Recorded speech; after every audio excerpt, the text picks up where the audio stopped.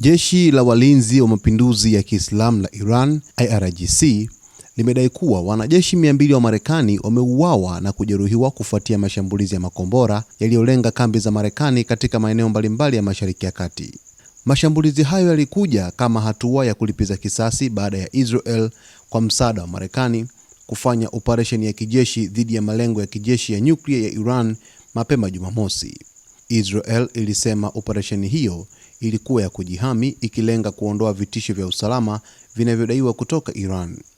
Rais wa Marekani Donald Trump alithibitisha kuwa serikali yake iliunga mkono mashambulizi hayo, akieleza kuwa kushindwa kwa mazungumzo ya kidiplomasia kuhusu mpango wa nyuklia wa Iran kulichangia uamuzi huo wa kijeshi.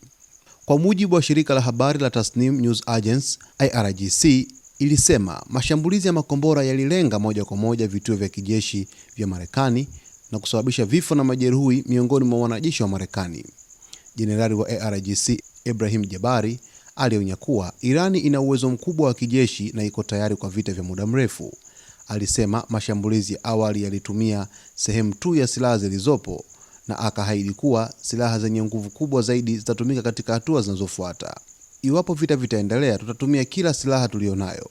Hivi karibuni dunia itaona uwezo ambao bado hatujauonyesha, alisema Jabari. Kwa mujibu wa ripoti, mashambulizi ya Iran yalilenga kambi kadhaa za Marekani, zikiwemo kituo cha jeshi la wanamaji nchini Bahrain, kambi ya anga ya Al Udeid nchini Qatar, Ali Al Salem nchini Kuwait, Al Hafra katika Falme za Kiarabu, Muwafaq Al Salti nchini Jordan na Prince Sultan nchini Saudi Arabia, pamoja na kambi moja katika eneo la Kurdistan nchini Iraq. Vyombo vya habari vya Israel pia viliripoti kuwa Iran ilirusha takriban makombora 35 kuelekea Israel, ambapo mtu mmoja alijeruhiwa.